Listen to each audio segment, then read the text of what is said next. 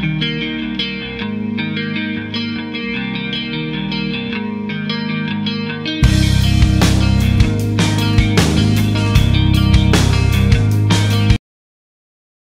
des idées dont on a entendu à certains moments différents échos, mais dont on n'a jamais abordé le front et dont on n'est jamais allé jusqu'au bout. Ici avec nous, un homme qui a étudié et qui croit pouvoir nous apporter des éclaircissements, des lumières sur cette question-là. Le Père Jean-Paul Régimbald de Granby. Bienvenue parmi nous, Père Jean-Paul. Bonsoir, ça fait plaisir. Père Jean-Paul, qu'est-ce qui vous a poussé, vous, à vous intéresser à cette question des Illuminati? Bien, disons, pour être honnête, ça remonte à très loin.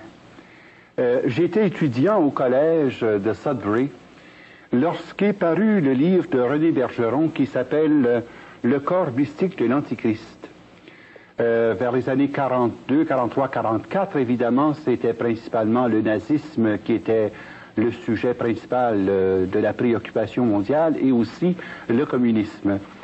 Et l'étude de René Bergeron m'avait fait comprendre qu'il y avait telle chose qu'un corps mystique, non pas du Christ, mais de l'Antichrist.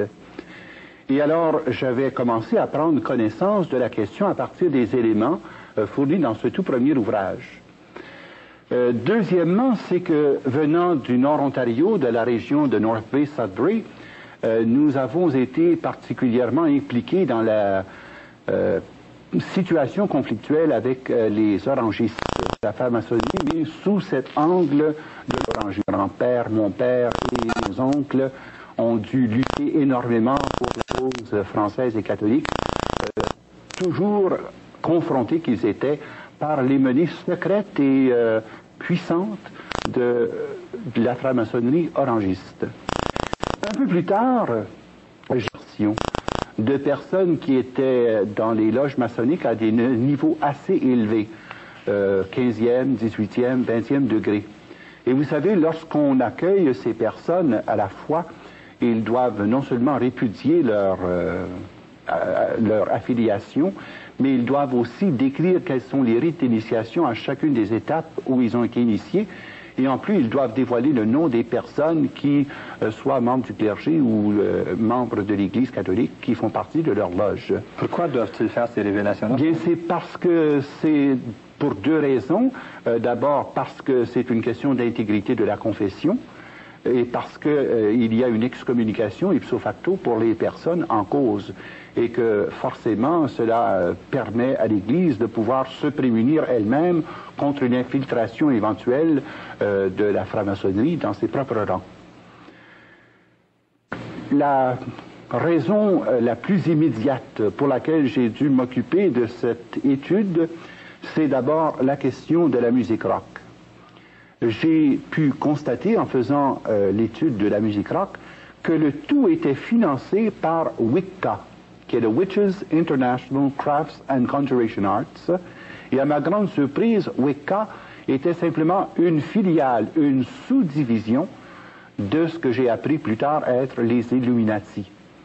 Et ensuite, devant la situation très aiguë de l'économie mondiale, je me suis mis à étudier le pourquoi et le comment de la crise dans laquelle on vivait, parce qu'après tout, nous ne pouvons pas rester insensibles à la situation des familles qui, du jour au lendemain, perdent tout ce qu'ils ont, qui se retrouvent sans maison, sans travail, sans logis, sans ressources.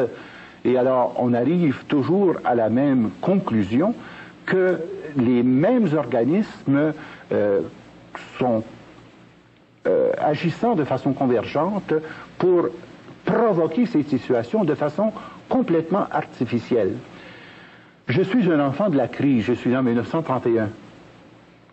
Et on nous disait à l'époque, quand j'avais 7-8 ans, que jamais plus le monde connaîtrait de crise semblable parce qu'on avait pris les moyens efficaces pour ne jamais retomber dans ces filets.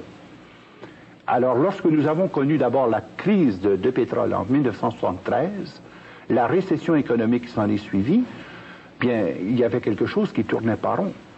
Et c'est devenu vite évident que la crise était purement artificielle, puisque dans l'espace de 18 mois, on se trouvait à flotter dans un surplus d'huile qui a provoqué, comme on sait, la baisse des prix. Pas longtemps après, vers 75, le Seigneur a commencé à m'avertir qu'il se préparait pour le monde une situation économique d'une gravité sans précédent. Et c'est quand j'ai eu les deux pieds dedans, en 1980-81, que j'ai dû aller au fond de ma recherche et découvrir finalement que cette crise économique de 81-82 était aussi artificielle que la crise de 1973 sur le plan du pétrole, et que sous-jacent à cette crise, c'était toujours les mêmes puissances occultes qui amenaient les gouvernements du monde à finalement céder leur autonomie et leur souveraineté entre les mains de ces gouvernements occultes, dont le plus connu en Amérique du Nord est le CFR, c'est-à-dire le Council on Foreign Relationships. Alors c'est ainsi que de fil en aiguille, bien, ma documentation a dû s'élargir pour aller au fond du problème. Et tout est résumé dans une chose aussi simple que le dollar américain. Si bizarre que cela puisse sembler. Alors ce dollar américain, évidemment, j'aimerais qu'on prenne un close-up de ce premier segment du médaillon que l'on nous fait croire être véritablement le sceau des États-Unis. Alors que le sceau des États-Unis apparaît ici dans le second segment, et si on pouvait grandir à l'écran cette image, on se rendrait compte que le sceau américain comprend bien sûr l'aigle et les 13 flèches qui représentent les 13 États confédérés, mais sans les 13 étoiles qui sont au-dessus de la tête de l'aigle. En faisant des recherches là-dessus, je me suis rendu compte, et la recherche a été faite notamment dans le domaine particulier de cette fondation des Illuminati, par un Canadien, William Guy Carr, qui était relié au service d'intelligence de l'armée canadienne, et qui a clairement mis en évidence dans ce livre, Pawns in the Game, la véritable histoire de ce sceau pseudo-américain sur le dollar américain. En réalité, c'est le sceau des Illuminati. Les Illuminati ne sont pas autre chose qu'une secte qui, à l'intérieur de la franc-maçonnerie, exerce au plus haut niveau le culte de la lumière qui leur vient non pas de Dieu, Père, Fils et Esprit Saint, mais qui leur vient de Lucifer, le porteur de lumière. Et quand on voit sur le dollar américain « In God we trust », le God dont il est question n'est pas le Dieu Trinité, ni le Dieu Yahweh, mais est nul autre que Lucifer, le Dieu qui est adoré et vénéré par les Illuminati, auquel les Illuminati se consacrent pour assurer le règne universel de Satan par l'avènement d'un seul gouvernement mondial, par une seule économie mondiale, une seule armée mondiale, et ensuite, finalement, une seule religion mondiale. Voilà l'ampleur de ce que l'illuminatisme représente. Et ça, c'est la définition que vous donnez à l'Illuminati? La définition est encore plus précise que ceci, et vous trouverez la définition aussi bien dans Pawns in the Game que vous la trouverez dans cet autre ouvrage qui s'appelle Red Fog Over America. Alors, là, ici, il y a des mots techniques, tu me préciseras si tu veux pour clarifier, mais il s'agit ici d'une secte gnostique. Donc, il s'agit de gnostique. Donc, il s'agit de gnose. Une secte gnostique d'origine manichéenne. Donc, c'est une déviation de la foi chrétienne où, selon la doctrine manichéenne, il y a le Dieu du bien et le Dieu du mal. Pour les Illuminati, le Dieu du bien, c'est Lucifer. Le Dieu du mal, c'est Yahweh. Et alors, ça explique pourquoi tout dans leur liturgie, dans leur littérature, dans leur pensée, dans leur action, il n'y a qu'un service et une allégeance possible, c'est l'allégeance à Lucifer. Pour que, grâce à leur action d'illumination, par voie d'initiation, ils puissent finalement amener le monde sous le régime universel et unique de Lucifer, prince de ce monde. Prenons les termes un à la fois. D'abord, une secte. Qu'est-ce qu'une secte? Nous savons que les loges maçonniques existent depuis 1730. Et il y a plusieurs loges maçonniques. Il y a la loge bleue, la loge blanche, la loge orange, la loge écossaise, la loge italienne. Bon. À l'intérieur de ces loges, il y a des sectes. Donc c'est un secteur qui est parvenu à exercer le contrôle dominateur de la loge bleue, tout d'abord. Et cette secte est inspirée de la doctrine chrétienne, mais selon l'hérésie de Mani, de l'évêque Mani. C'est pour ça qu'on appelle ça le manichéisme, où il y a non pas un Dieu, mais deux dieux. Le Dieu du bien et le Dieu du mal. Alors, le mot secte réfère ici, à l'intérieur de loges maçonniques, oui, à une subdivision. Oui. Alors, ça veut dire ceci. Tous les maçons ne sont pas des illuminatistes, mais tous les illuminatistes sont nécessairement des francs-maçons. Il existe beaucoup de francs-maçons qui ne sont pas illuminatistes. D'ailleurs, les illuminatis ne sont pas intéressés par le petit féretin des francs-maçons du 10e, 9e, 8e, 7e degré. Les francs-maçons que nous connaissons habituellement, publiquement, là, ce sont ceux du 1er, 2e et 3e degré, comme les Shriners, par exemple, qui ont leur cirque et puis leur hôpital d'enfants. On connaît les Elks, on connaît certaines formes de loges maçonniques. Ça, c'est pour la bonne image sociale de la franc-maçonnerie. Mais au fur et à mesure que nous grimpons dans les échelles des 33 degrés de franc-maçon, eh bien là, on se rend compte qu'à partir du 20e degré, il y a consécration formelle à Satan. Avant d'arriver à ça, Père Régimbald, pourquoi dites-vous qu'elle est gnostique? Elle est gnostique parce que ceux-là seuls peuvent connaître le contenu de l'illumination qui ont été initiés. Dans la loge bleue, il y a 33 degrés d'initiation. Et à chaque niveau d'initiation, il y a une nouvelle connaissance qui est communiquée. Le mot gnose veut dire une connaissance, mais une connaissance réservée uniquement aux initiés. Une connaissance qui est refusée à ceux qui ne sont pas initiés. C'est pour ça qu'il y a une différence entre la gnose et la foi. La gnose procède par voie initiatique, la foi par proclamation ouverte de la parole de Dieu. Alors, c'est dans ce sens-là qu'il s'agit d'une gnose, donc une secte gnostique de caractère manichéenne, parce qu'on croit qu'il n'y a pas un Dieu mais deux dieux. Et comme il s'agit des plus hauts niveaux de la franc-maçonnerie, eh bien, il y a un contrôle qui s'exerce sur tous les niveaux inférieurs. Or, ce qui se passe au niveau des Illuminati, c'est ceci. Les Illuminatistes procèdent par l'initiation des 7 degrés selon le rite écossais, ce qui les conduit automatiquement au 20e degré de la loi par voie initiatique, les 20 degrés comme les maçons ordinaires, si on veut. Eux court-circuitent le système et arrivent très vite à la plus haute forme de domination qui s'exprime par cette pyramide.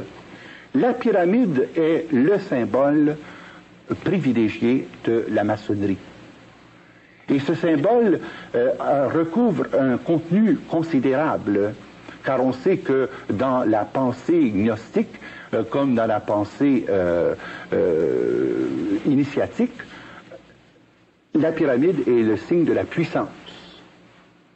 Mais ce qui est particulier chez les Illuminati, c'est que vous avez des gens qui occupent les plus hauts niveaux de contrôle, d'abord à partir des 13 prêtres druides qui directement et concrètement consacrent les initiés à Satan et qui doivent présider à tous les rites formels des Illuminati dans le monde. Et ce sont les mêmes 13 qui exercent leur puissance aussi bien au niveau de l'Amérique du Nord par le CFR dont j'ai parlé il y a un moment, qu'ils le font en Europe par la synarchie, qu'ils le font ensuite par le truchement des Illuminati italiens et arabes, et finalement vous avez l'autre qui s'appelle le Round Tables qui contrôle tout le Commonwealth. Alors vous avez des grandes familles qui sont consacrées à Satan au plus haut sommet des Illuminati, notamment les familles Rothschild. Et quand je dis Rothschild, vous savez, faut comprendre une chose. Il ne s'agit pas seulement de la famille du baron de Rothschild. Ça, c'est une branche des Rothschild qui contrôle toute l'économie française.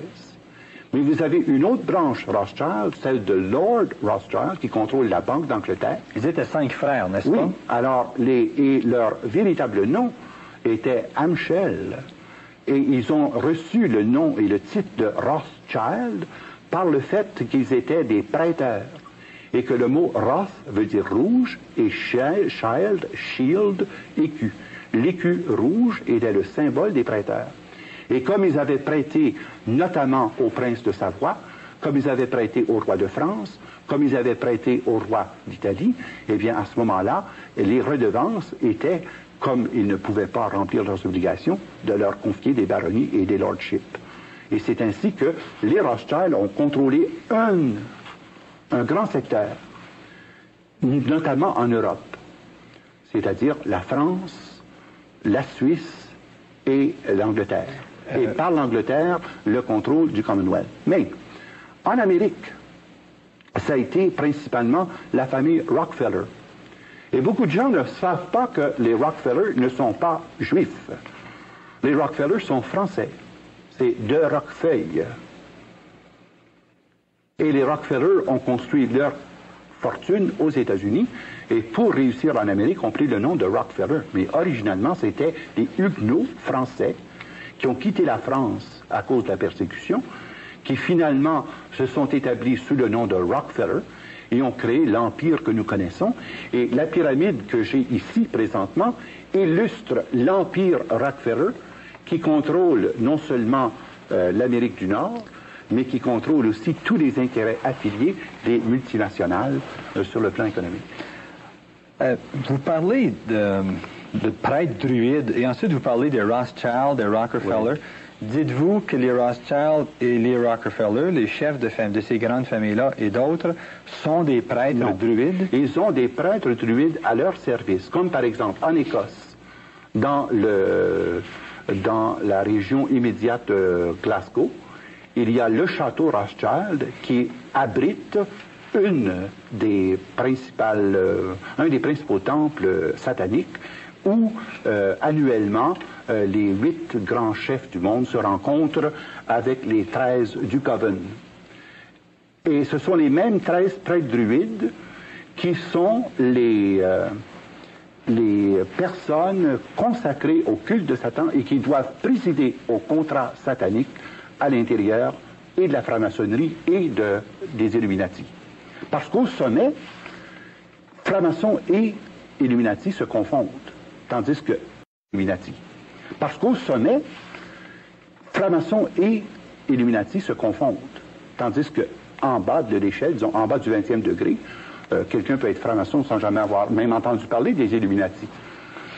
Et c'est ça qui est la confusion. Maintenant, d'autre part, en dessous des 13 qu'il y a ici, là, les 13, parce que pour faire un coven, il faut 13 prêtres, vous avez les 33 grands initiés.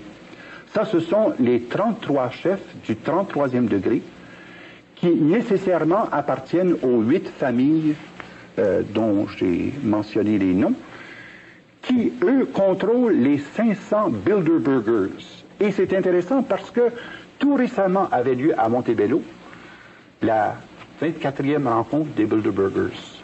En juin 83, n'est-ce pas? En juin 83. Et cette rencontre de Montebello était capitale et devait se faire avant la rencontre de Williamsburg parce qu'on décidait de mettre en marche le nouveau système monétaire pour le monde pour 1986. Il fallait donc que les 500 Bilderbergers établissent leur décret avant que les ministres des Finances puissent prendre leurs décisions pour orienter l'économie vers l'intégration du Cashless Society pour 86. Et ça se passait à 2 pas d'ici, à Montebello. Vous savez pourquoi Montebello? Pourquoi? C'est parce que Montebello est le lieu où a été enterré Louis-Joseph Papineau. Louis-Joseph Papineau était un franc-maçon, illuminatiste, Et c'est sur la tombe de Louis-Joseph Papineau que se font des initiations, soit à tous les ans, soit à tous les 2 ans. Et vous avez remarqué que depuis quelque temps, les sommets économiques ont lieu à Montebello. Il y en a eu un sommet économique il y a 2 ans, et il y a eu cette année encore la rencontre des Bilderbergers, parce qu'après, il y a l'initiation des grandes initiatives, des grandes Illuminati, qui remplacent ceux qui sont décédés ou qui ont été limogés dans le cours de leur exercice. Père Jean-Paul, est-ce que les personnes impliquées dans l'organisation de cette rencontre à Montebello et soit des Illuminati qui viennent d'avoir lieu, ou bien l'entente des présidents des États-Unis, président de France, président le premier ministre d'Angleterre, premier ministre du Canada, toutes ces personnes-là, est-ce que ces gens sont au courant? Est-ce qu'ils le savent? Est-ce que c'est conscient, ces rencontres face à cette mainmise mondiale, aux Illuminati? C'est bien clair que c'est connu, su et volontaire. Parce que pour pouvoir avoir accès au haut niveau des Illuminati, il faut d'abord que tu aies accès aux Bilderbergers. Il y a 1600 Bilderbergers dans le monde. Qui sont les Bilderbergers? D'abord, le nom de Bilderberger vient du fait que la première rencontre en 1954 s'est faite à l'hôtel Bilderberg en Hollande. Et que le président permanent des Bilderbergers est le prince Bernard. Bon, le prince Bernard, qui contrôle une partie importante de l'économie européenne, et ensuite la reine Juliana, dont les intérêts dans le Dutch Shell Oil Industries et sa propriété personnelle, finalement regroupe sous l'égide du prince Bernard des personnes aussi reconnues, n'est-ce pas, que les Onassis, les Kennedy, pour les Canadiens, c'est Cyrus Eaton. Vous avez d'autre part John Foster Dulles, les Rothschild, le président Giscard d'Estaing, qui était d'ailleurs membre éminent de la loge française. Et vous avez Margaret Thatcher, évidemment, qui est à la tête des Round Tables. Vous avez également Henry Kissinger, Robert McNamara, les Warburg, qui contrôlent toute la partie de l'économie concernant l'Autriche, la Hongrie et la Tchécoslovaquie, ainsi que l'économie de l'Allemagne. Alors, c'est tout cela qui est interrelié et qui prennent des décisions occultes. Remarquez bien que ces décisions-là ne sont jamais rendues publiques. Mais la seule chose qu'on apprend après un certain temps, c'est qu'il y a une décision prise par le ministère des Finances, par le ministère du Commerce, par le ministère de l'Industrie, par le ministère de la Défense, par le secrétariat d'État. On se dit, mais ça n'a pas de sens. D'où ça vient, cela? La source par laquelle les Illuminati s'insèrent dans les gouvernements nationaux, c'est quand un pays, dans une situation économique, emprunte des sommes colossales, dont ils ne peuvent pas payer les intérêts, encore moins de capital, et qu'alors, au lieu de mettre un pays en déficit, eh bien, on le met en situation de négocier tel ou tel pouvoir. Et une fois que tu as négocié le pouvoir des 5 principaux ministères, tu as le contrôle du pays. Or, le Time Magazine, depuis à peu près 4 mois, ne cesse de nous montrer l'état complètement déficitaire de 37 pays. Et on oublie souvent que le nom du Canada apparaît dans cette liste. Parce que le Canada n'a pas seulement un déficit de 30 milliards. Ça, c'est le chiffre officiel qui nous est donné. Ça, c'est le déficit d'opération. Mais le déficit réel du Canada est de 496 milliards. Ce que vous dites, Père Jean-Paul, oui, c'est que les banquiers mondiaux, les financiers mondiaux prêtent de l'argent au gouvernement pour des grands projets, des méga-projets, ainsi de suite. Et ensuite, les gouvernements ne peuvent repayer ces intérêts, ne peuvent repayer ces capitaux. Oui. Ils sont donc obligés de donner autre chose aux banquiers mondiaux en échange. Et ce qu'ils leur donnent, c'est la mainmise sur certains pouvoirs. Ça, c'est sur le plan économique. Mais la même chose est vraie sur les autres plans, sur le plan politico-militaire, sur le plan religieux et sur le plan socio-culturel. Est-ce dans ce sens-là, Père Jean-Paul, que vous parlez d'une mainmise mondiale? Oui, tout à fait dans ce sens-là. Et d'ailleurs, remarquez bien que ce n'est pas une conclusion à laquelle j'arrive en huluberlu comme le résultat de ma propre construction mentale. C'est déjà depuis longtemps à l'étude, et le Canadien qui a le plus contribué à cette étude est William Guy Carr, dont les 2 volumes sont extrêmement importants, Pawns in the Game et Red Fog over America. Et l'autre ouvrage d'une importance capitale pour comprendre comment fonctionnent ces diverses alliances, c'est The Rockefeller Secret File, la filière secrète des Rockefeller, par Gary Allen. Mais nous reviendrons là-dessus à une autre émission. Père Jean-Paul, une dernière question, mais très rapidement. Comment sont organisés les Illuminati pour atteindre leur objectif de la mainmise mondiale? Dans un mot, et nous commencerons là dans notre prochaine émission. Dans un mot, c'est par un filet, un réseau de communication qui permet d'avoir une interinfluence dans les différents secteurs et par l'interinfluence, le contrôle absolu de toutes les décisions qui se prennent. Et voilà, chers amis, une première émission dans une série qui veut examiner toute cette question de la mainmise mondiale, d'une conspiration universelle, d'un complot mondial, la franc-maçonnerie, les capitalistes, les communistes en ligue. Si vous voulez, vous pouvez nous écrire pour avoir plus de renseignements, ou nous donner vos opinions. Revenez la semaine prochaine, même heure, même poste. Bienvenue à cette émission spéciale qui veut explorer toute la question de la mainmise mondiale, le rôle des Illuminati, de la franc-maçonnerie, le contrôle mondial. Et nous avons avec nous, pour explorer cette question, pour apporter des débuts de réponse, le père Jean-Paul Régimbald, qui a étudié la chose assez longuement. Père Jean-Paul, bienvenue parmi nous encore. Bonsoir. Père Jean-Paul, en faisant rapidement un tour d'horizon pour les téléspectateurs, la mainmise mondiale, d'une conspiration universelle, d'un complot mondial, la franc-maçonnerie, les capitalistes, les communistes en ligue. Si vous voulez, vous pouvez nous écrire pour avoir plus de renseignements, ou nous donner vos opinions. Revenez la semaine prochaine, même heure, même poste. Bienvenue à cette émission spéciale qui veut explorer toute la question de la mainmise mondiale, le rôle des Illuminati, de la franc-maçonnerie, le contrôle mondial. Et nous avons avec nous, pour explorer cette question, pour apporter des débuts de réponse, le père Jean-Paul Régimbald, qui a étudié la chose assez longuement. Père Jean-Paul, bienvenue parmi nous encore. Bonsoir. Père Jean-Paul, en faisant rapidement un tour d'horizon pour les téléspectateurs qui seraient à l'écoute pour la première fois, pouvez-vous nous situer cette question des Illuminati et de la mainmise mondiale? Bien, très brièvement, de quoi s'agit-il? Il s'agit d'un résultat actuel d'un plan d'ensemble qui a été conçu le 1er mai 1776 par Adam Weishaupt. Et Adam Weishaupt a su réunir autour de lui les grands financiers de l'Europe pour parvenir à établir des formes, toutes formes de gouvernement et de religion, pour établir un seul gouvernement mondial, une seule religion mondiale, un seul système économique mondial sous l'égide de Lucifer.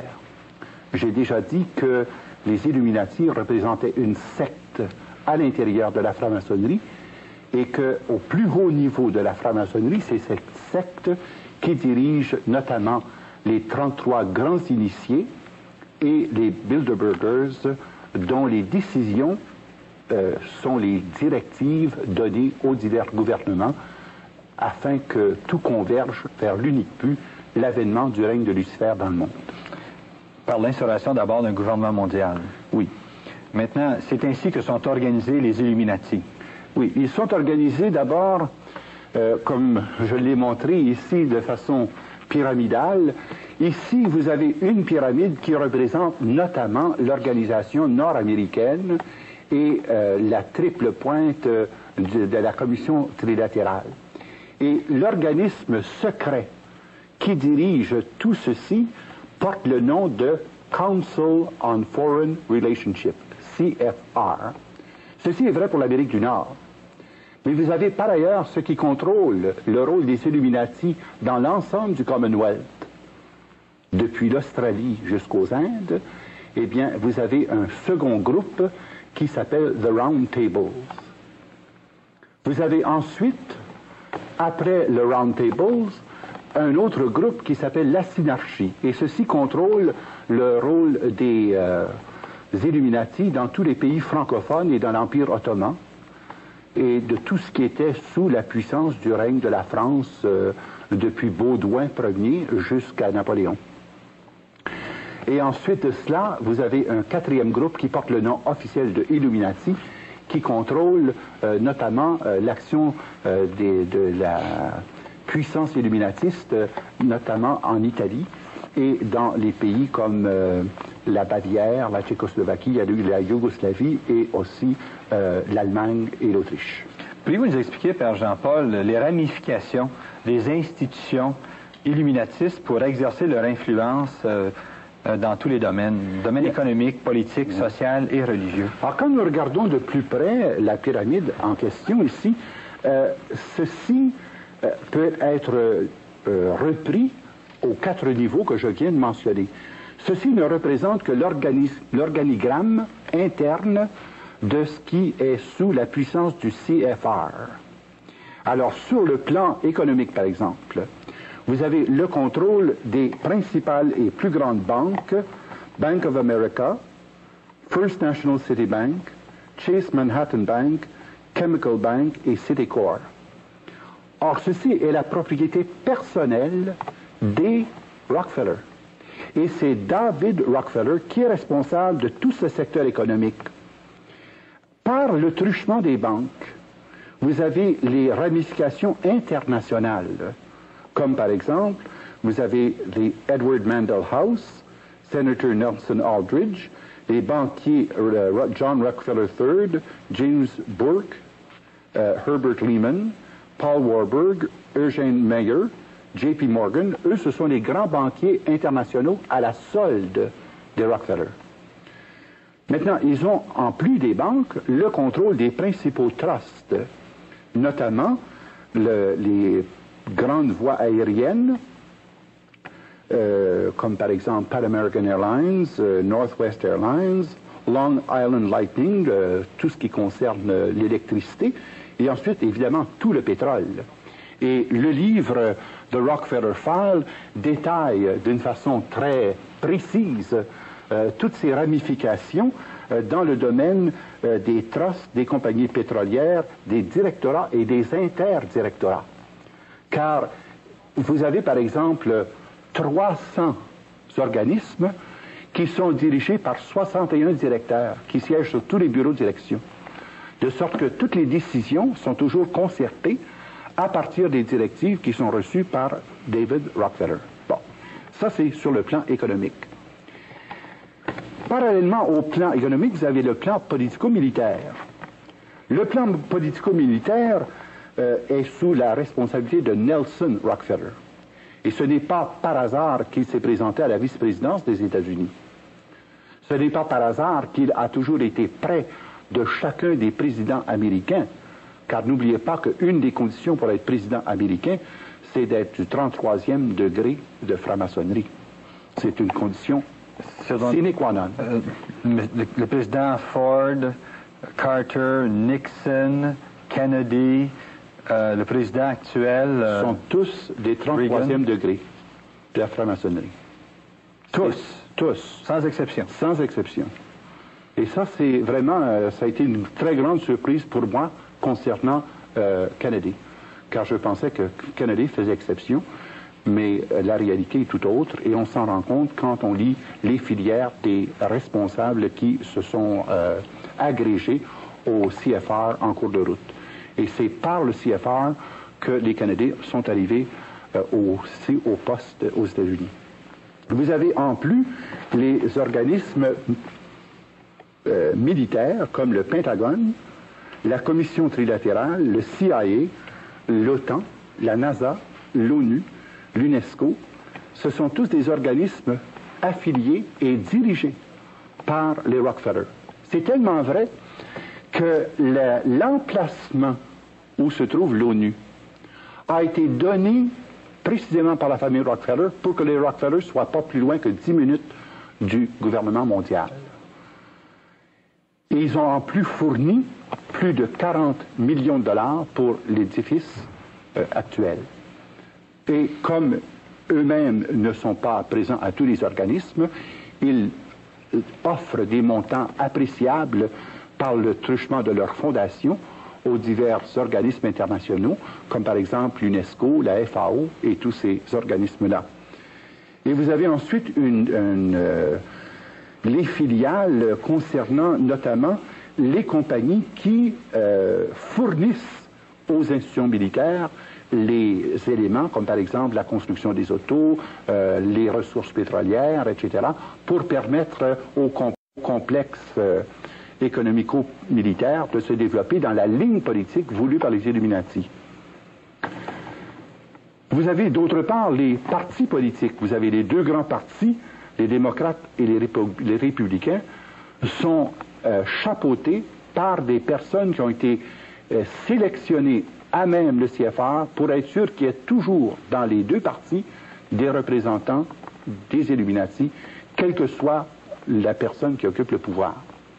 Et c'est eux qui les amènent. Même dans les milieux américains, c'est reconnu. On les appelle pas républicains et démocrates, on les appelle les Rockapubs et Rockadems, tellement c'est connu qu'ils ont le contrôle des deux partis par le financement et par les campagnes électorales qui les conduisent en haut. Et voilà deux domaines. On vient de voir le domaine économique, on vient de voir le domaine politico-militaire. Sur le plan socioculturel maintenant. Sur le plan socioculturel, ils ont le contrôle, disons, presque absolu, pour ne pas dire absolu, des mass médias. Comme par exemple les grandes chaînes ABC, NBC, CBS et PBS sont sous le contrôle direct des Illuminati. Grâce à ce contrôle, ils ont aussi les grands studios de production musicale, et c'est la relation que je faisais en parlant du rock'n'roll par l'entremise de l'agence Wicca. Expliquez-nous ça, les gens ne sont pas au courant de ça, Père Jean-Paul. Bien, c'est parce que, voyez-vous, ayant le contrôle des principaux studios de production sur le plan des médias de communication, comme par exemple Reuters Information, API, American Press International, vous avez UPI, United Press International. Tous ces organismes sont la propriété des Rockefeller et véhiculent la pensée mondialiste et universaliste des Rockefeller, de sorte que les nouvelles qu'on reçoit sont déjà biaisées en faveur de ce plan d'ensemble. Maintenant, ces gens-là sont ni fous ni imbéciles. Alors, ils savent travailler à long terme pour préparer le terrain et amener les gens petit à petit à pouvoir recevoir de façon, eux autres ils disent, by conquest or consent, recevoir par voie de conquête ou par voie de consentement les enseignements des Illuminatistes. Et ensuite, dans le domaine des fondations, ça c'est encore une façon dont ils se servent pour contrôler des secteurs importants, de la recherche médicale par exemple, de la recherche des arts, le théâtre, les fondations, notamment les 4 fondations Rockefeller, les 5 fondations Carnegie, le Ford Foundation, Casey Foundation, Guggenheim Foundation, sont toutes sous le contrôle des Illuminati et qui sont régies par John D. Rockefeller III, le petit-fils de John Rockefeller. Mais vous dites que ces fondations-là ont comme but la domination des États-Unis. Oui. Dans quel sens? Pas seulement des États-Unis, de tous ceux qui relèvent de l'influence des arts américains. Donc le cinéma, le théâtre, la littérature, et ils ont avancé des milliards en dollars pour promouvoir, comme par exemple dans le cas de la musique rock, eh bien, c'est des millions de dollars, des milliards de dollars dont il est question. Mais c'est la même chose dans le domaine de la fondation sur la recherche médicale, où la pensée de cette recherche médicale est fondée sur une notion matérialiste de l'homme, sur la notion d'efficacité de l'homme. Donc, on a favorisé la recherche sur les moyens de contrôle des naissances. On a favorisé les moyens aussi de pouvoir évaluer le rendement efficace de l'homme pour pouvoir retirer par voie d'eugénisme ou par voie d'euthanasie ceux qui ne sont pas conformes à l'objectif visé. Mais ce sont les fondations, et la raison pour laquelle ces fondations-là ont été établies, c'est pour se soustraire à la loi de l'impôt. Le revenu quotidien de l'Empire Rockefeller est de 3,4 milliards par jour. Et ces gens-là ne payent pas un sou de taxes. 3,4 milliards par jour. Oui, parce qu'ils ont un contrôle à peu près complet de tous les domaines financiers, économiques, politiques et militaires. Ils ont finalement des fonds illimités pour arriver à leur fin. Bien, c'est ça. Alors, pour pouvoir éviter la taxation, ils ont le nombre de fondations voulues et ils peuvent, par la voie des fondations, nommer des directeurs dans différents établissements pour contrôler notamment l'éducation.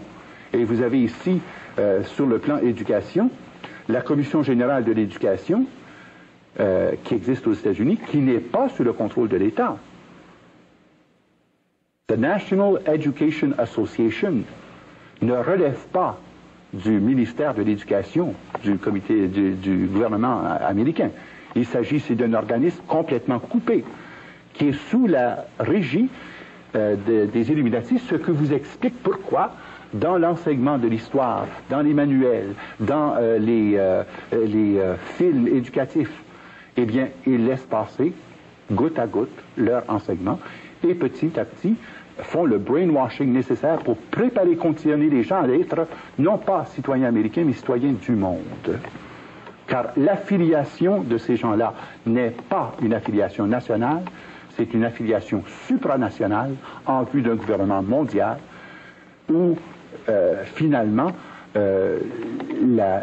l'autonomie et la souveraineté nationale est même remise d'avance à ce futur gouvernement mondial sous l'égide de Lucifer. Vous semblez dire aussi qu'ils font la promotion d'une religion de l'homme en opposition à une religion de Dieu. Oui, bien, naturellement, dans la pensée luciférienne, l'homme est son propre Dieu. Et dans la, si on peut appeler ça une théologie, la théosophie, et aussi dans ce que je disais, cette pensée gnostique manichéenne, ils ont perverti le sens de Dieu. Le vrai Dieu d'Abraham, d'Isaac et de Jacob est considéré comme le Dieu du mal. Et l'autre Dieu, le vrai Dieu qu'il faut servir, c'est Lucifer. C'est lui qui est le Dieu de puissance. C'est lui qui est le Dieu de la beauté, le Dieu de l'argent, le Dieu de la force, le Dieu de la victoire. Alors c'est une perversion systématique, mais tout cela est fait très doucement, en mettant l'accent sur l'homme. L'homme n'a développé que 10% de son potentiel, mais l'homme en réalité est un Dieu. Dieu universel n'est que la somme totale des énergies cosmiques. Et tous les enseignements, et c'est notable que dans les fondations, sur le plan socioculturel et le plan religieux, on favorise par exemple la fondation Casey. Et on favorise aussi le mind control, comme par exemple le Dr Murphy, la méthode da Silva, les grands maîtres. Tout cela est publié, produit et encouragé et financé par le CFR américain. Maintenant, sur le plan religieux, il y a plus que cela. Non seulement ils ont établi le culte satanique de façon légale, car il y a 7 églises sataniques aux États-Unis qui ont une reconnaissance légale par charte, sans but lucratif.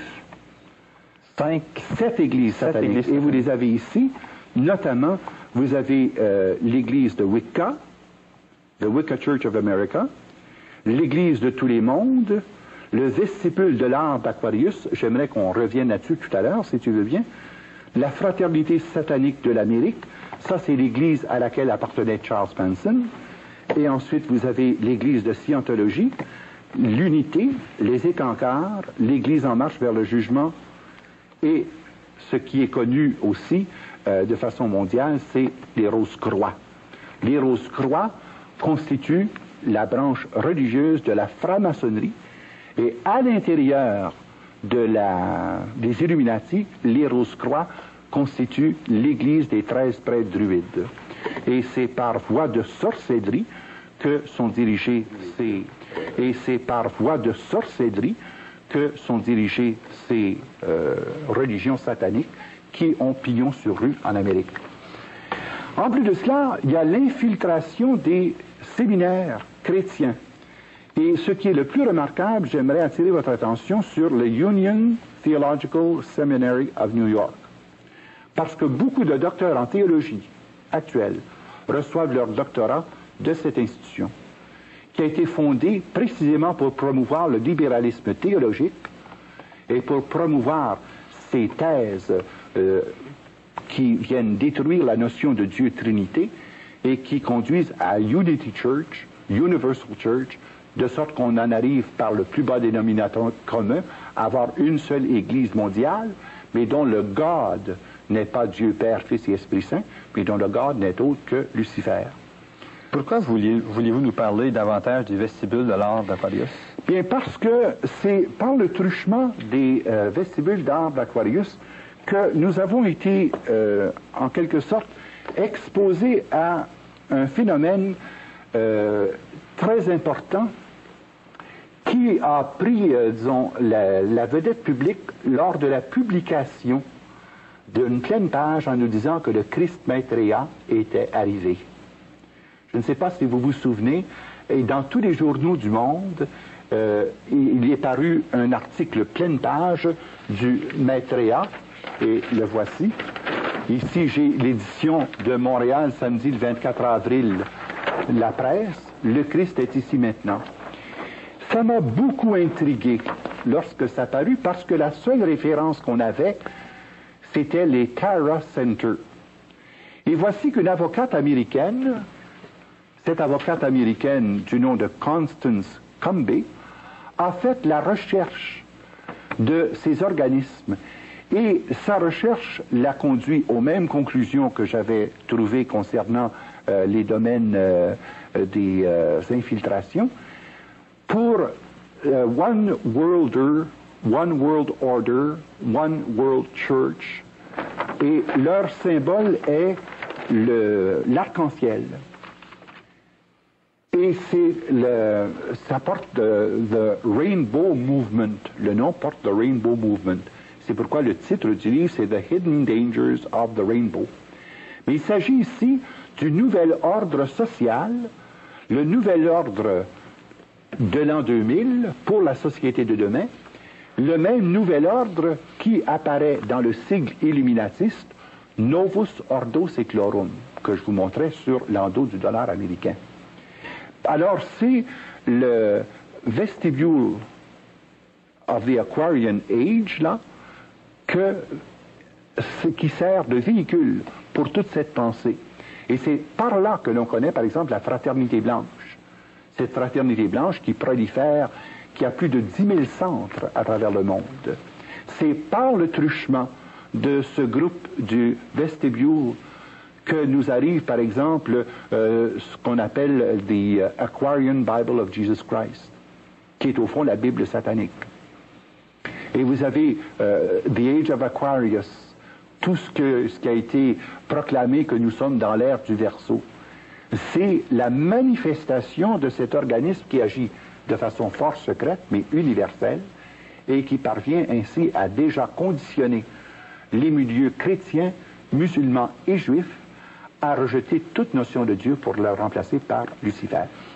Père Jean-Paul, à voir les 4 domaines, le domaine économique, le domaine religieux, le domaine politique, socio-culturel, politico-militaire, les 4 domaines qui sont si fortement infiltrés et contrôlés, oui, avec les différents points que vous avez soulevés, c'est à croire que ce groupe des Illuminati est à la fois très puissant et très dangereux. Et très secret. Et très secret. Oui.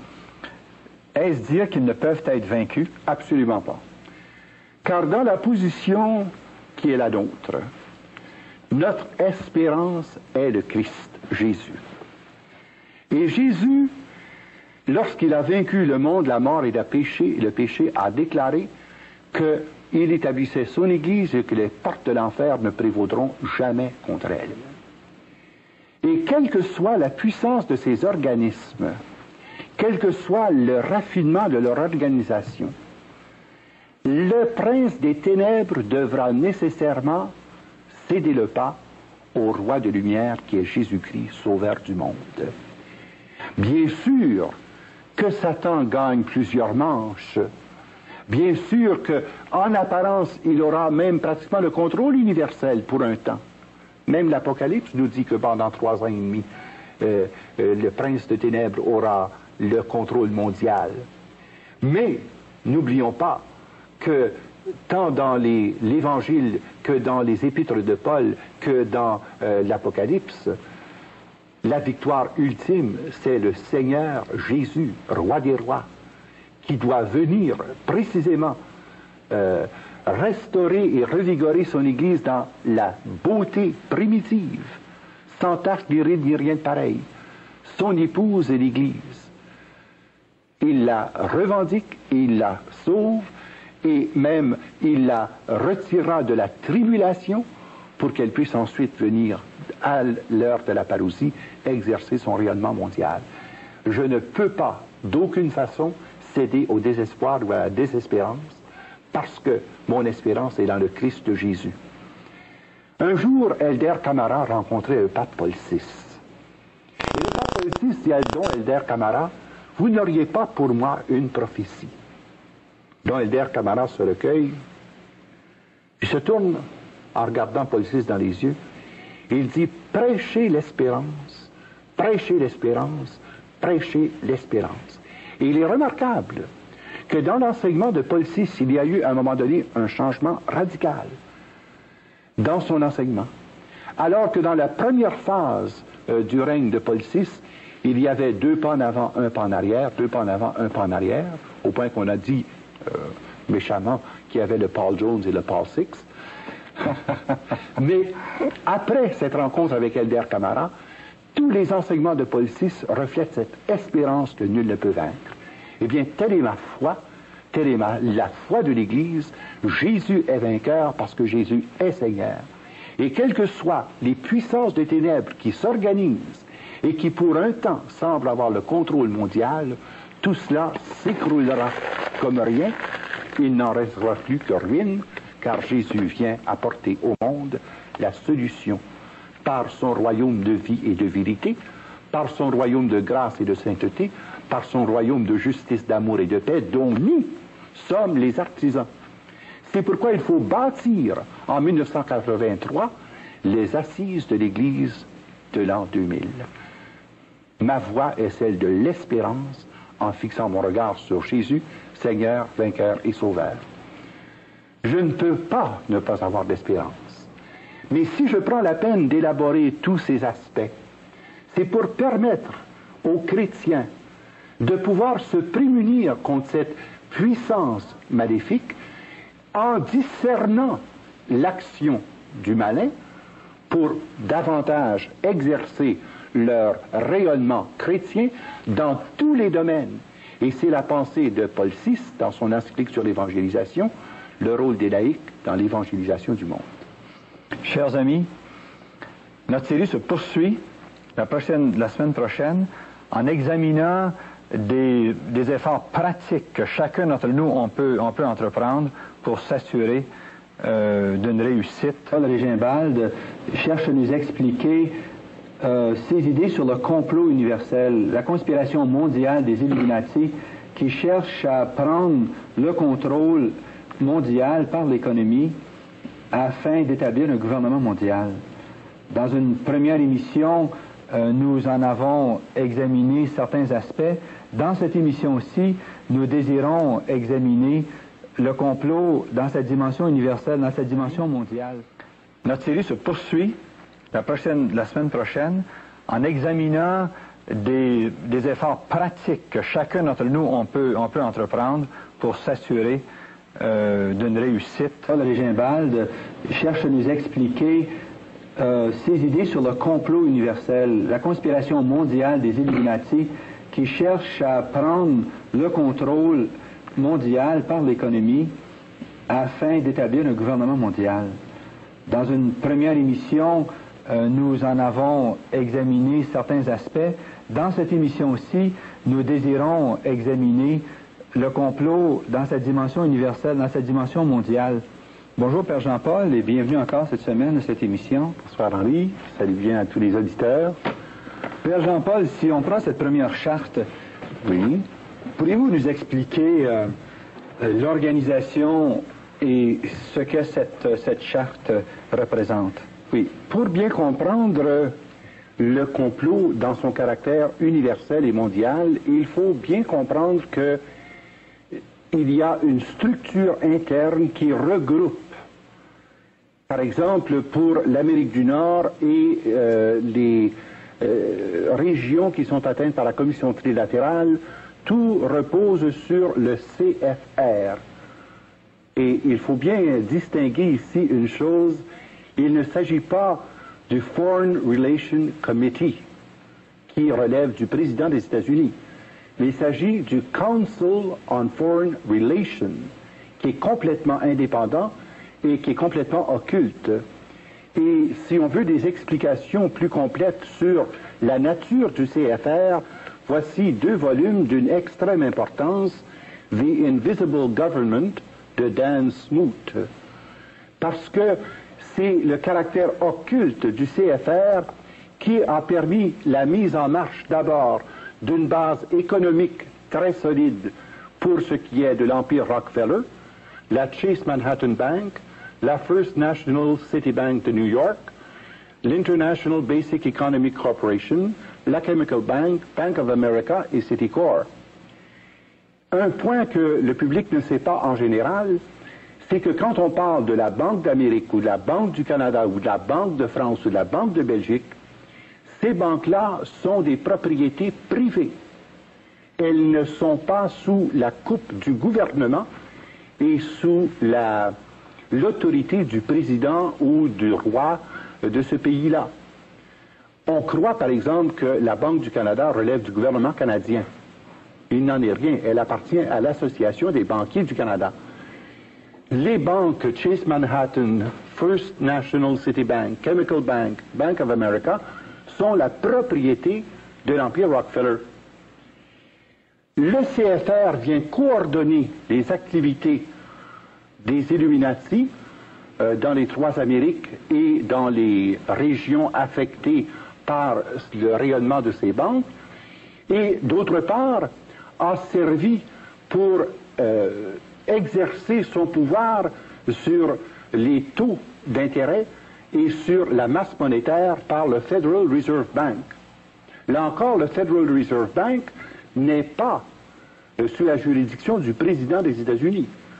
La Federal Reserve Bank est sous la responsabilité et la gérance du CFR. C'est donc dire que ce sont les banquiers qui établissent les lois qui gouvernent les banques aux États-Unis. Et finalement, ils sont tellement puissants qu'ils peuvent eux-mêmes nommer les présidents grâce aux campagnes électorales qu'ils subventionnent. Vous savez par exemple que le président Taft était absolument opposé à la création de la Federal Reserve Bank en 1911. Alors le CFR a fait débarquer Taft et l'a fait remplacer par le président, son nom m'échappe là, qui ensuite a corroboré et approuvé l'établissement et le rayonnement de la Federal Reserve Bank. Plus tard, lorsqu'il s'est agi de pouvoir établir un contrôle international, on a fondé l'International Monetary Fund. Alors tout ceci, ce sont des institutions américaines. Soudainement, ici, c'est une institution internationale. Oui, mais sous l'égide des Illuminati. Et ensuite, on a créé une banque des ententes internationales pour permettre des prêts entre nations. Et finalement, pour coiffer le tout, le World Bank, qui au moment de cette étude était sous McNamara. Or, vous avez ce schéma qui se répète pour le rôle des Illuminati en France et dans les pays francophones. Et à ce moment-là, ça prend un autre nom, ça s'appelle la synarchie.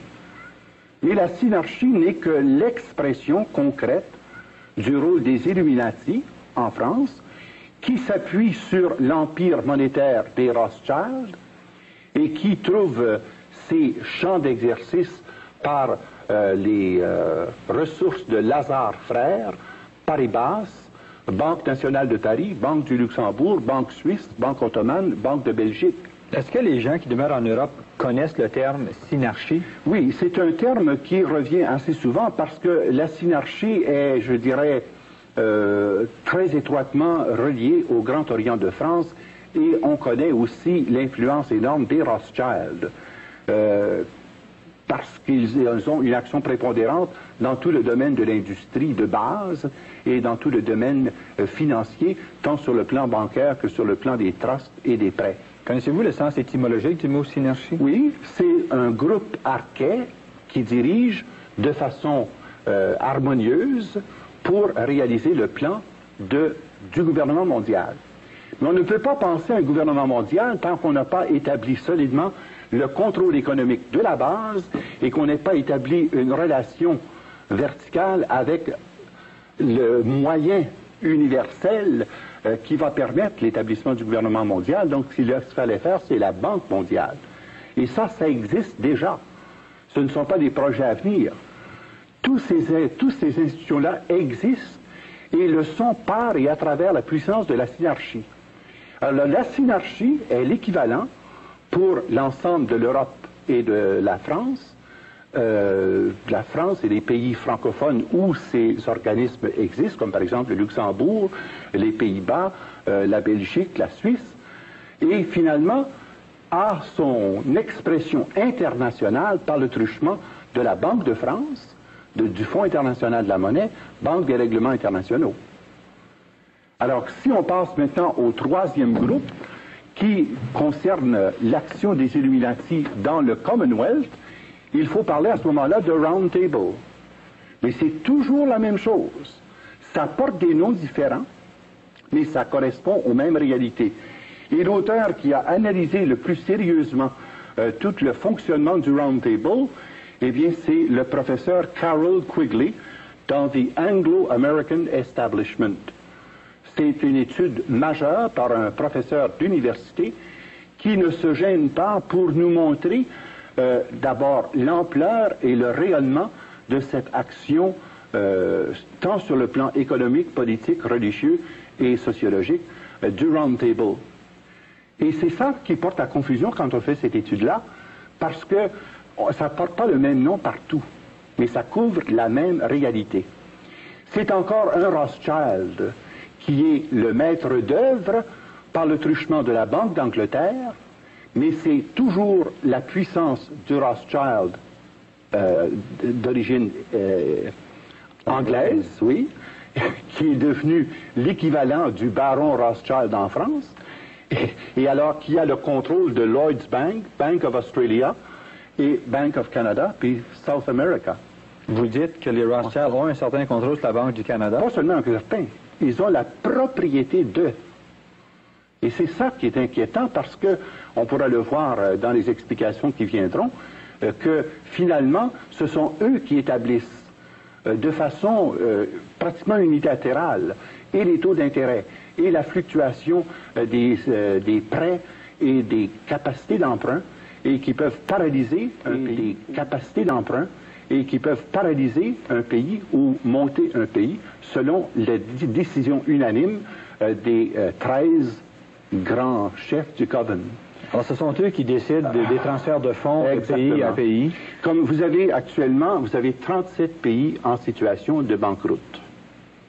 Par l'International Monetary Fund, on est venu à bout de pouvoir répartir la dette sur une plus longue période, mais à condition qu'on nomme tel ministre de la Finance ou tel sous-ministre de la Défense et tel Illuminati qui viendra agir à ce niveau-là pour pouvoir exercer l'emprise de ce pays afin que ce pays consente ultimement à faire partie du gouvernement mondial. Ensuite, par l'intermédiaire du Bank of International Settlement, eh bien là, à ce moment-là, on fait des transferts massifs. Ici, il s'agit habituellement des montants de l'ordre de plusieurs milliards. Et avec l'appui du World Bank, eh bien, on consolide le tout pour permettre à l'action des Roundtables de se manifester. Je vais vous donner un exemple bien simple. Dans Quigley, dans Carroll Quigley, ici, là, on dit clairement, et on le démontre, preuve à l'appui, qu'il n'y a pas un seul gouverneur général du Canada depuis Lord Grey qui n'était pas un Illuminati. Tous ont été des Illuminati, sauf le général Vanier, parce que lui est arrivé au poste de gouverneur général du Canada par le truchement de sa carrière militaire et par le rôle diplomatique qu'il a joué dans le monde. Alors ce sont quand même des choses étonnantes à découvrir. Et le Round Table a autorité et puissance non seulement en Angleterre, mais dans l'ensemble de ce qui était autrefois l'Empire britannique et qui est devenu aujourd'hui le Commonwealth. Est-ce que ces pays ici ont déjà pris position face à un gouvernement mondial? Oui. D'abord, le Canada a signé son adhésion au gouvernement mondial à 2 reprises. Sous Pearson en 1972 et ensuite sous M. Trudeau le 7 janvier 1981. À l'instigation d'ailleurs du Dr McGuigan, qui est un des illuminatistes notoires, qui est une cheville ouvrière de ce plan d'ensemble. C'est très sérieux ce que je dis là, parce que ça veut dire que déjà, en principe, le Canada est prêt à abandonner sa souveraineté et son autonomie en faveur d'un gouvernement mondial, et toutes les banques au Canada, sauf 2, sont déjà intégrées sur le plan monétaire et sur le plan du Cashless Society. Nous avons déjà signé notre adhésion à cette société sans argent dont nous parle le docteur Mary Relf dans son livre When Money Fails et the New Money System. La preuve, c'est que la plupart des gens peuvent se rendre à leur banque, insérer leur carte et ils demandent, entre autres, est-ce que tu as ton numéro d'identification personnelle? Have you got your NIP? Hein? Alors, c'est le NIP, c'est le numéro d'identification personnelle qui te permet d'avoir accès à ton compte de banque et grâce au barcode system, eh bien, à ce moment-là, facilite l'intégration universelle de tout ce qui nous amènera à une société sans argent d'ici 1986. Et ça, c'est entièrement conçu, désigné et mis en œuvre par les Illuminati mondiaux. Allons maintenant au dernier tableau qui nous fait comprendre ce qui se passe en Italie, ce qui se passe en Autriche, en Tchécoslovaquie, en Suède. Alors vous avez les Illuminati, ça porte proprement le nom des Illuminati, et sous la tutelle des Warburg, des Krupp et des Tyson, eh bien vous avez la Banque de Suède, la Banque de Tchécoslovaquie, la Banque de Munich, la Banque de Francfort, la Diskontogesellschaft, Banque d'Autriche, Banque de Hongrie, Banque d'Italie. Alors tout cela est contrôlé par les Illuminati. On a eu un exemple flagrant de cela lorsque la Banque ambrosienne a fait faillite et que Silvestro Calvo, comme on le sait, a été exécuté et pendu sous le pont Blackfriars il y a quelques mois à peine. Parlez-nous un peu de ça. Là. Bien, ça se rattache directement à une enquête qui a été faite à la demande du gouvernement italien, qui se rendait compte qu'il y avait de l'infiltration illuminatiste dans son gouvernement. Il y a une enquête qui a démontré qu'il y avait 469 membres du gouvernement, du Parlement, je devrais dire, lesquels étaient impliqués à tout niveau, sur le plan de la défense, sur le plan de l'économie et sur le plan des banques et des placements. Et finalement, on a eu 269 condamnations. Et dans cette mise en lumière du propagande des doués, eh bien, il y a eu l'éclatement, notamment, de la banque ambrosienne qui nous a conduit à cette impasse tragique que nous connaissons pour l'Italie.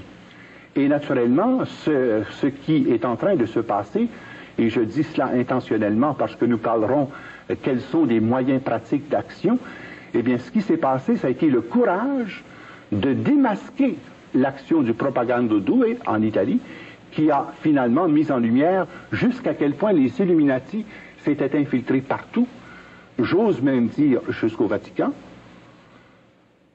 et qui, finalement, ont préparé les esprits à un éventuel nouvel ordre séculier, Novus Ordo Seculorum, mais sous l'égide des Illuminati, pour être finalement sous l'égide universelle, non pas d'un gouvernement mondial, mais de Lucifer lui-même. Maintenant, le président de cette banque est mort, et c'est lui qu'on a trouvé Oui, sur le pendu aux Friars. Oui. Maintenant, il y a eu une enquête de réouverte, parce qu'on a cru d'abord qu'il s'agissait d'un suicide. À la requête de l'épouse de Silvestro Calvo, il y a eu une enquête de fait, et on s'est rendu compte qu'il avait été transpercé des 2 poignards, car dans les rites de consécration à Lucifer, rendus au 20e degré de consécration, on consacre les épées qui serviront à notre propre exécution si jamais on défaille aux engagements de silence. Et alors on a trouvé Silvestro Calvo pendu, mais on s'est rendu compte qu'il avait été en plus transpercé de 2 épées. Il a été pendu sous le pont Blackfriar, car les Illuminati, dans leur culte à Satan, se revêtent d'une coule noire, et ce pont conduisait au temple des Blackfriars, qui sont reliés au culte satanique. Et voilà un exemple. Un exemple, oui. Alors, ceci nous permet de voir que la pyramide dont j'ai parlé jusqu'ici nous donne seulement qu'un aperçu, de la structure des Illuminati. Ici, c'est la structure qui est propre au milieu que l'on connaît, l'Amérique du Nord et les pays qui sont rattachés à l'action du CFR par la Commission trilatérale.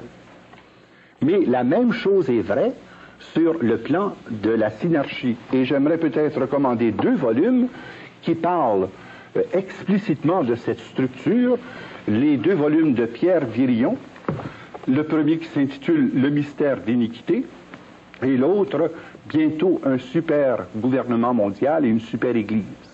Alors c'est le plan synarchique qui prend sa source dans le plan d'Adam Weishaupt, mais qui trouve aussi son explicitation par des personnes comme le chanoine Rocca et par plusieurs autres apostats qui sont à la base de ce rayonnement pour la conquête du monde. J'aimerais aussi peut-être dire un autre mot sur une série d'ouvrages qui nous seront précieux, je pense, peut-être ici en prenant quelques ouvrages clés. J'aimerais peut-être parler de Angels, Satan Exposed, qui nous donne un aperçu important des structures et de l'interaction de ces différents groupes concernant ce projet de mainmise mondiale. J'aimerais aussi parler des ouvrages de Willard Cantillon, qui a consacré plusieurs études à cette question de l'argent et du système monétaire mondial, avant le docteur Mary Ralph. Alors il s'agit de Money Master of the World, et un ouvrage best-seller qui vient de sortir il y a quelques mois à peine, The Moneylenders, où vous avez ici une étude aussi brillante et aussi vigoureuse que celle de Quigley concernant The Anglo-American Establishment. J'aimerais peut-être aussi dire un autre mot de cet ouvrage français, Jacques Bordiot, Une main cachée dirige, qui nous permet de voir davantage ce qui se passe sur le plan européen, sur le plan asiatique et sur le plan de l'Europe de l'Est. Alors que jusqu'à présent, les livres comme le CFR, None Dare Call It Conspiracy, None Dare Call It Treason sont davantage des livres qui traitent de la situation en Amérique du Nord et dans le complexe, je dirais, de cette forme d'action et d'éducation qui débouche sur la mainmise des diverses avenues du pouvoir au pays. Un autre point, je pense qu'il serait important de souligner à ce moment-ci, c'est tout ce qui concerne le ravage de la foi. Car n'oublions pas que, comme je vous ai dit, les Illuminati constituent une secte gnostique d'origine manichéenne. Et vous avez 2 livres qui sont actuellement des best-sellers, qui nous font comprendre une chose. Comment se prennent-ils pour pervertir la foi? Vous avez ici un ouvrage de langue française qui s'appelle Jésus ou le mortel secret des Templiers. Vous avez là une illustration concrète de la perversion que l'on peut faire de l'Écriture sainte, de la vie de Jésus, du ministère et de la mission de Jésus, et voici quelle perception les initiés francs-maçons du Grand Orient, les initiés des Rose-Croix et les initiés Illuminati ont de Jésus. C'est là-dessus qu'ils se basent. Voici l'ouvrage clé qui est l'Évangile selon saint Barnabé, qui en fait est un évangile apocryphe, mais qui, étayé de tellement d'érudition, nous laisse pantois sur le plan de la foi et rase à la base le fondement de la divinité de Jésus-Christ, de sa mission, de sa mort et de sa résurrection. Le second livre, qui est un best-seller, qui est maintenant aussi en anglais et en français, The Holy Blood and the Holy Grail. Ce sont 3 journalistes britanniques qui ont fait une étude approfondie d'une situation bizarre concernant la recherche du Saint Graal.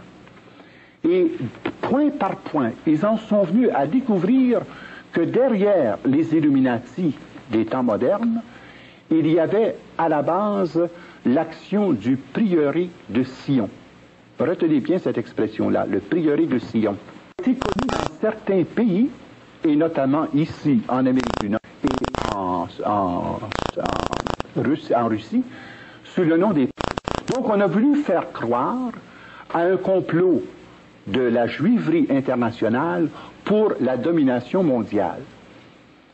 Et ce n'était en somme que les initiés du prieuré de Sion qui ont conçu et développé le plan que Adam Weishaupt mettra au point pour détruire non seulement la foi, mais pour détruire aussi les pays chrétiens et tous les pays où les croyants exercent un rôle prépondérant. Devant une telle attaque, Père Régimbald, quelle place faites-vous à l'espérance? La première place. Parce que, voyez-vous, il ne faut jamais oublier une chose. Lorsque le prince des ténèbres se démène et se dévoile comme il le fait aujourd'hui, c'est parce que son heure de défaite n'est pas loin. Habituellement, lorsque Satan se déchaîne et qu'il est obligé de se manifester avec tant de puissance, c'est que l'Esprit Saint est à l'œuvre. Et si je parle de ces questions-là présentement, c'est précisément parce que l'heure est venue de faire la lumière du Christ pour projeter cette lumière dans les œuvres de ténèbres des Illuminati. Si nous pouvons parler comme nous le faisons, sans crainte et sans peur, c'est parce que l'espérance nous habite. Jésus est venu apporter au monde la lumière qui sauve. Et c'est Jésus qui est le sauveur du monde. C'est Jésus qui est le rédempteur de l'homme. C'est encore Jésus qui est la réponse à l'attente universelle des nations et des peuples. Et les solutions de paix mondiale ne sont possibles qu'en passant par Jésus, à travers Jésus et en Jésus. Alors tous ces plans qui paraissent absolument extraordinairement inébranlables n'ont pas plus de puissance que les ténèbres devant la lumière. Si profonde que soit la nuit, il suffit d'un rayon de soleil pour chasser la noirceur. Si je parle de ces questions, ce n'est pas pour créer de la panique. Ce n'est encore moins pour créer le découragement. Nous avons la force d'être les enfants de lumière parce que nous sommes les serviteurs de la lumière du monde qui est le Christ, le Verbe incarné. Et notre mission à nous, c'est de dire la vérité qui rend libre. Et là, je m'adresse à vous, chers auditeurs, qui m'écoutez. Vous pensez peut-être que nous sommes confrontés à des forces si gigantesques que nous sommes réduits à l'impuissance. Le mal n'a pas plus de force pour le mal que ne le laissent faire les gens de bien qui sont indifférents. Si je vous ai donné ces quelques informations, c'est pour vous permettre d'avoir la lumière nécessaire et la sagesse nécessaire pour exercer avec discernement et exactitude votre rôle d'évangélisation dans le monde d'aujourd'hui. Car nous avons, nous, la responsabilité d'établir sur la terre des hommes le royaume de justice et de paix que Jésus est venu inaugurer par sa première venue et qu'il viendra couronner par son avènement de gloire. Donc, loin d'être désespéré, loin d'être essoufflé, je me sens au contraire rempli d'espérance et de joie pour faire face à ces problèmes avec la certitude de la victoire de Jésus-Christ. Chers amis, la semaine prochaine, nous aborderons la question des Illuminati aux États-Unis. Et dans une quatrième émission, nous aborderons la question de la réaction. Comment faire pour combattre la contre-attaque? Sur le sujet en question. Oui, très brièvement, d'abord, il s'agit de se rendre compte d'une situation de fait. Depuis le 1er mai 1776, je me sens au contraire rempli d'espérance et de joie pour faire face à ces problèmes avec la certitude de la victoire de Jésus-Christ. Chers amis, la semaine prochaine, nous aborderons la question des Illuminati aux États-Unis. Et dans une quatrième émission, nous aborderons la question de la réaction. Comment faire pour combattre la contre-attaque? Sur le sujet en question. Oui, très brièvement, d'abord, il s'agit de se rendre compte d'une situation de fait. Depuis le 1er mai 1776, une action concertée a été entreprise pour pouvoir établir un seul gouvernement mondial, un seul système monétaire mondial et une seule religion mondiale sous l'égide de Lucifer. J'ai essayé aussi de donner des illustrations concrètes de la structure et des organigrammes qui nous permettent de saisir le fonctionnement de cet ensemble qu'on appelle les Illuminati. Et ensuite, nous avons détaillé leur rôle dans chacune des parties du monde. Mais tout cela n'était pas pour effrayer ou pour donner un sentiment d'impuissance à ceux qui nous écoutaient.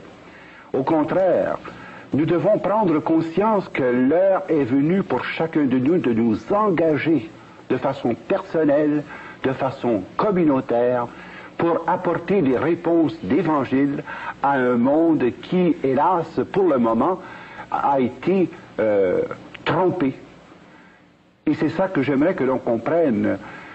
Toutes les activités des Illuminati s'est fait de façon tellement occulte et secrète que nous étions en quelque sorte démunis, faute d'informations.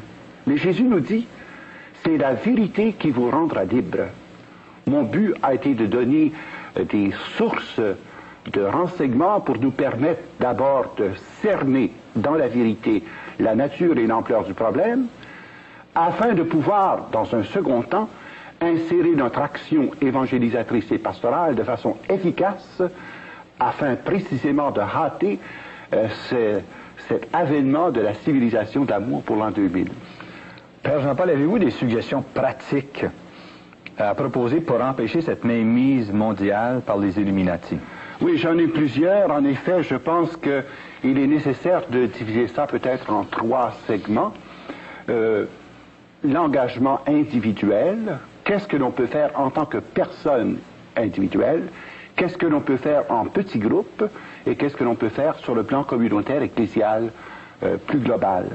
Mais j'aimerais précéder ces suggestions par l'énoncé de 5 principes prérequis.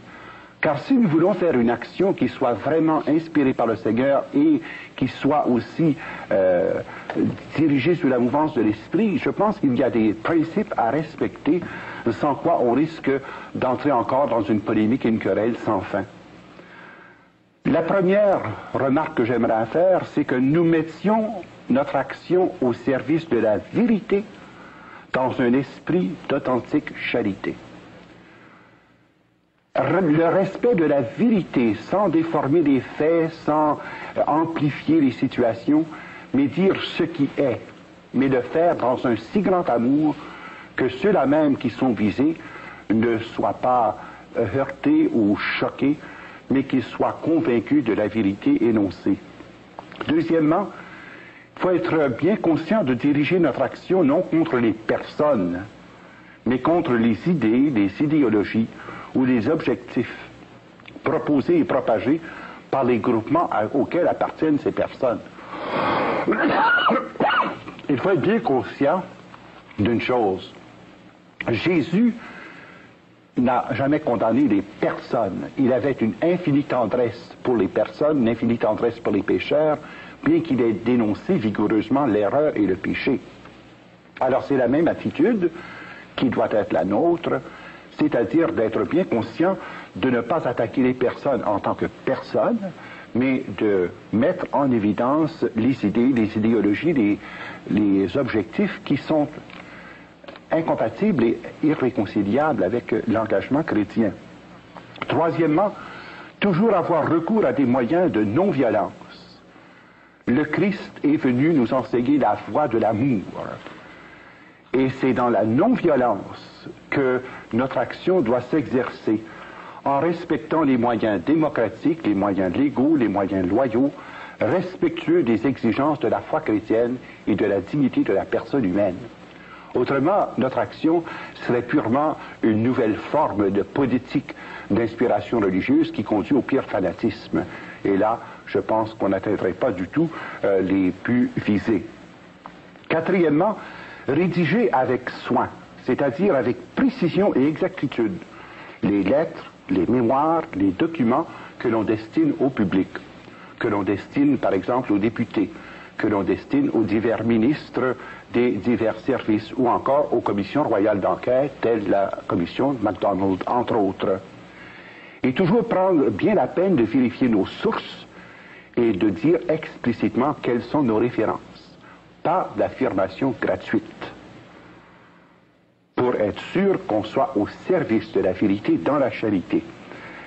Et cinquièmement, éviter toute polémique stérile, toute confrontation hostile sous forme de croisade, par exemple, ou de chasse aux sorcières. Jésus nous dit clairement, la vérité nous rendra libres. Donc se mettre au service de cette vérité-là, en vue de la libération des cœurs et des esprits. Mais Saint Paul nous avertit aussi, il est beau d'avoir du zèle, mais si vous avez un zèle amer, vous ne glorifiez pas Dieu. Et je pense que si nous exhortons les auditeurs à un engagement, nous voulons les exhorter à un engagement tellement rempli d'amour et de vérité qu'il n'y a pas de place pour l'amertume, pour la haine ou pour le fanatisme sous quelque forme que ce soit. Maintenant, sur la question de l'engagement individuel, je pense que c'est important pour nous de bien comprendre une chose. On a pu être impressionné par la puissance de ces organisations occultes et on a pu être impressionné également par l'étendue de leur action. Mais n'oublions pas que nous sommes tous membres du corps du Christ. Nous sommes 750 millions de catholiques et près d'1 milliard de chrétiens. Si chacun individuellement assumait sa responsabilité chrétienne et un engagement sérieux selon son baptême et sa confirmation, bien là, à ce moment-là, ce serait très facile de pouvoir se désengager de cette espèce de machine énorme que l'on appelle d'ailleurs encore la bête. C'est le nom technique et officiellement reconnu pour cet immense organisme des Illuminati. Alors je pense que sur le plan individuel, disons, il y a des choses très faciles à faire. Qui ne peut pas écrire une lettre? Alors, écrire personnellement à votre député, soit fédéral, soit provincial, des lettres exposant clairement vos vues et spécifiant les moyens que vous préconisez pour résoudre les grands problèmes concernant par exemple l'inflation, le chômage, mais surtout cette législation morale qui est en train de tuer la nation par voie de génocide. Je pense à ces législations sur l'avortement, je pense à ces législations sur la limitation des naissances et par le contrôle aussi des organismes de santé dans plusieurs secteurs, qui pourra aller sous peu vers l'implantation du chiffre dans la peau des nouveau-nés. Et là, j'affirme pas une chose gratuitement. Alors, je pense que c'est important que chacun s'engage sur le plan d'une action intelligente, mais bien rédigée par voie de lettres. Deuxièmement, être personnellement engagé à fournir la documentation nécessaire dans les lectures que l'on fait, soit par exemple dans les journaux, dans les revues, pour pouvoir ensuite écrire aux ministres concernés, comme par exemple le ministre des Finances, le ministre de la Défense, le ministre des Affaires extérieures, afin que l'on puisse faire valoir dans la société démocratique où nous sommes la voix des chrétiens. Notre grand problème, vous savez, c'est que nous nous sommes tus trop longtemps. Et nous sommes victimes de notre silence maintenant. À cause du vide créé par notre indifférence et notre silence, eh bien, ceux qui préconisaient des voix autres avaient libre champ d'action pour pouvoir exprimer à cœur de jour et à cœur d'année leur point de vue. Ayons le courage d'exprimer de jour et à cœur d'année leur point de vue.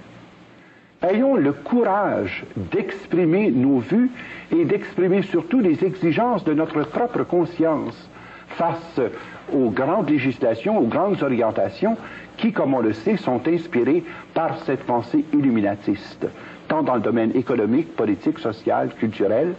Et c'est d'écrire aux ministres responsables de ces divers secteurs afin de pouvoir obtenir une action concertée. Ce que vous dites, Père Jean-Paul, c'est que il ne faut pas laisser seulement aux responsables des différentes églises ou de grandes organisations leur laisser la responsabilité de passer à l'action. Il faut que chacun fasse quelque chose en tant que citoyen canadien. Nous sommes tous solidairement responsables, mais nous sommes tous individuellement également responsables parce que nous vivons en démocratie et parce que l'exercice de nos droits démocratiques en tant que chrétiens est la forme prévue pour pouvoir agir sur les mécanismes même de notre société.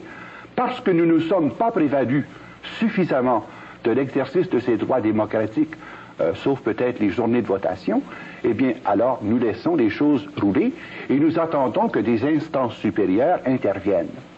Votre baptême et votre confirmation vous rend personnellement responsable de la conduite de la nation et du pays. Donc vous ne pouvez pas vous défiler. Et c'est le temps de faire entendre votre voix. Et je peux vous dire par foi d'expérience que lorsqu'un ministre reçoit 50, 100, 200 lettres sur un sujet donné, il est obligé d'en parler au caucus. Quand un député reçoit 200, 300, 400 lettres de ses commettants, il est obligé d'en tenir compte. Parce que n'oublions pas que dans le système électoral, chacun a très à cœur d'être réélu. Mais nous, comme chrétiens, est-ce que nous faisons entendre notre voix de façon suffisamment claire pour dire si telle et telle législation est passée, législation qui est carrément en opposition avec notre conviction de foi, eh bien à ce moment-là, je regrette, je ne peux pas supporter votre position sur le plan électoral. C'est vrai pour les députés, mais c'est aussi vrai pour les ministres. Troisièmement, je pense notamment à une action qui vous concerne tous et chacun. Dans l'avenir économique du pays, d'ici 1986, il va y avoir un tel bouleversement de l'économie où on va passer du système monétaire actuel au système sans argent, au cashless society. Il est vital et important que vous puissiez vous libérer dans les plus brefs délais de toutes les dettes hypothécaires et de tous les fardeaux financiers, surtout à haut intérêt, parce que précisément, c'est par ce truchement-là que vous allez être happé forcément dans le système du 666.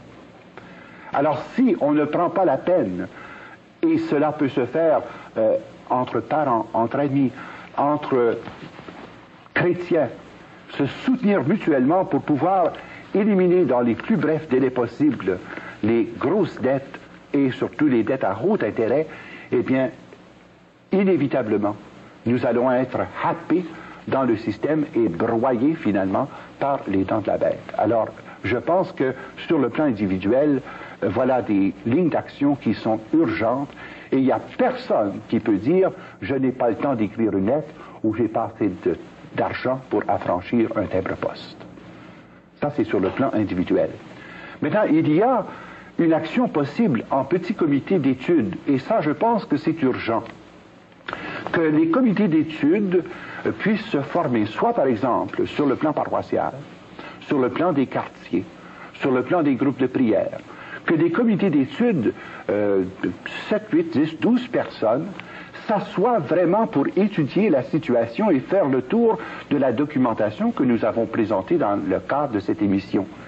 Et si jamais vous désiriez avoir plus d'informations sur le plan bibliographique, nous serons heureux de vous faire parvenir à l'adresse qui paraîtra à l'écran les informations nécessaires pour enrichir votre documentation.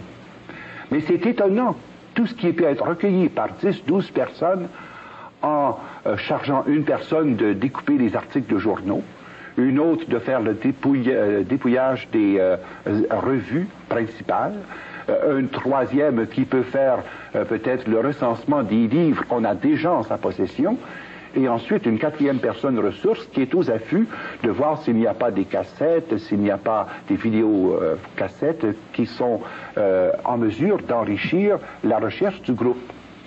Et le deuxième point que je voudrais faire concernant cette étude de petits groupes, c'est l'étude des documents de l'Église.